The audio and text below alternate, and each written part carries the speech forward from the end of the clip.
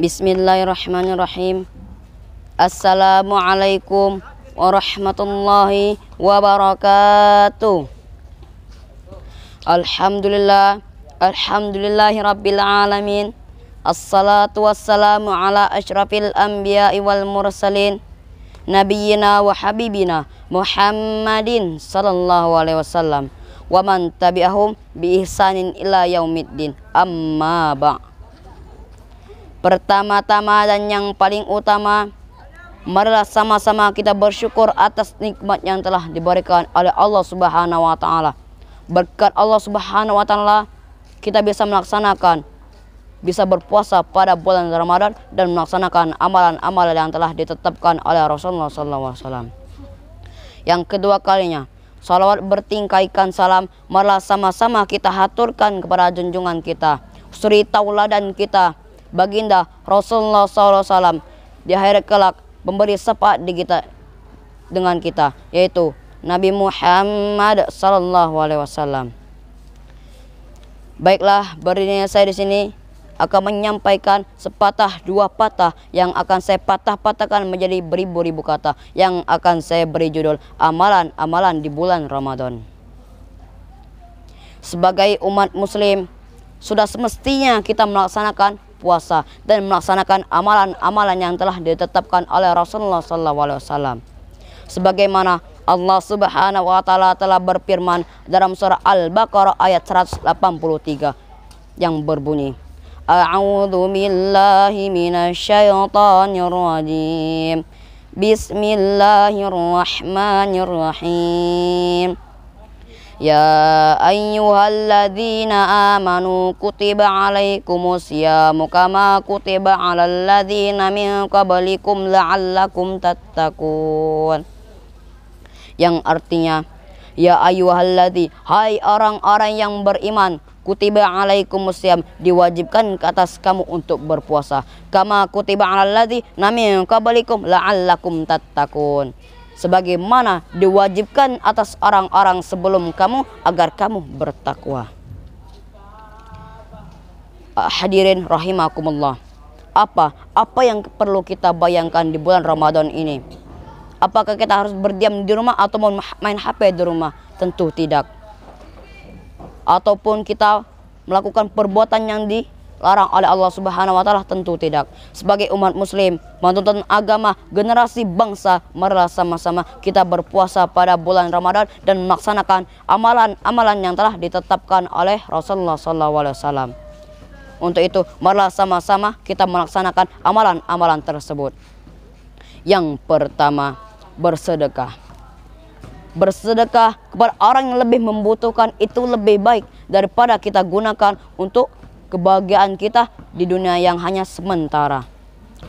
Dengan bersedekah pun kita bisa mendapatkan pahala yang mengalir sampai kita meninggal nanti hingga dunia ini hancur.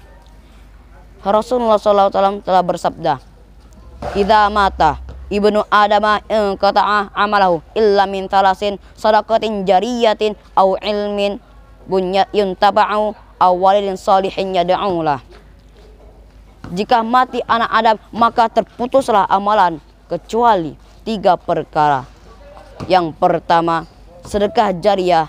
Yang kedua, ilmu yang bermanfaat. Dan yang ketiga, doa anak yang soleh dan solehah kepada orang tuanya. Untuk itu, marilah sama-sama kita bersedekah agar mendapatkan pahala dari Allah Subhanahu wa taala yang mengalir hingga akhir dunia. Hadirin rahimakumullah, bersedekah bisa kita lakukan dengan 2 cara, dengan cara terang-terangan dan cara bersembunyi. Dengan cara terang-terangan kita bisa memberi orang makanan atau minuman kepada orang yang hendak berbuka puasa. Rasulullah SAW pernah bersabda, yang artinya barang siapa yang memberi makanan kepada orang yang hendak berbuka puasa, maka ia mendapatkan pahala orang tersebut tanpa mengurangi pahala orang itu sedikit pun. Hadis riwayat At-Tirmidzi. Dan yang kedua, menjalankan sunnah. Menjalankan sunnah di bulan Ramadan akan mendapatkan pahala berkali lipat. Salah satunya sunnah-sunnah salat tahajud, salat duha, membaca Al-Quran, berzikir, berdoa, dan melakukan sahur ketika hendak berpuasa. Ketika kita hendak berpuasa, maka usahakanlah untuk sahur. Mengapa? Karena dengan sahur itu kita bisa mendapatkan berkahnya. Bukan hanya mendapatkan berkahnya, kita akan terasa nyaman dan tidak terasa terlalu kehausan maupun kelaparan.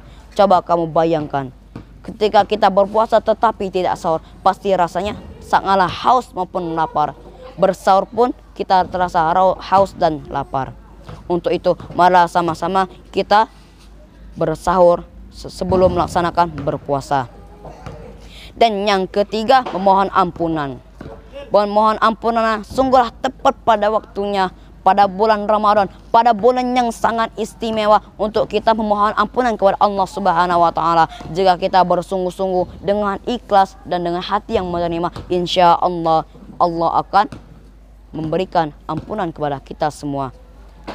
Dosa-dosa yang telah kita lakukan maupun dosa-dosa akan yang mendatang. Dan yang keempat, membaca Al-Quran. Membaca Al-Quran di bulan lain pun kita mendapatkan satu huruf mendapatkan 10 pahala. Membaca, menghatamkan Al-Quran bisa mendapatkan beribu-ribu pahala. Apalagi di bulan Ramadan, kalau bisa kita menghatamkannya, maka pahala berkali lipat gandakan dan malaikat akan berdoa untuk kita. Sebagaimana Rasulullah SAW bersabda yang artinya, barang siapa yang menghatamkan Al-Quran, maka di penghujung hatamannya malaikat akan berdoa untuk kita. Hadis riwayat Ad-Dailani.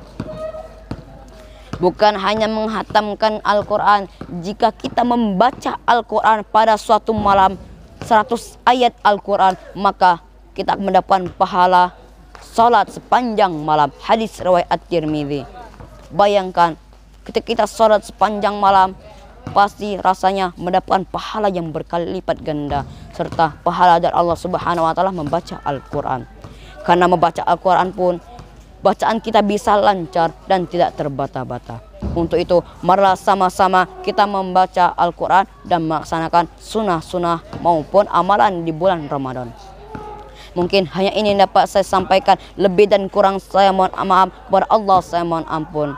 Semoga kultum singkat ini bisa bermanfaat bagi kita semua maupun saya sendiri. Saya akhiri, wallahu a'lam, ihdinas syiratal mustaqim, wa akhiran unzur maqala wa la tanzur man qala. Wassalamualaikum warahmatullahi wabarakatuh.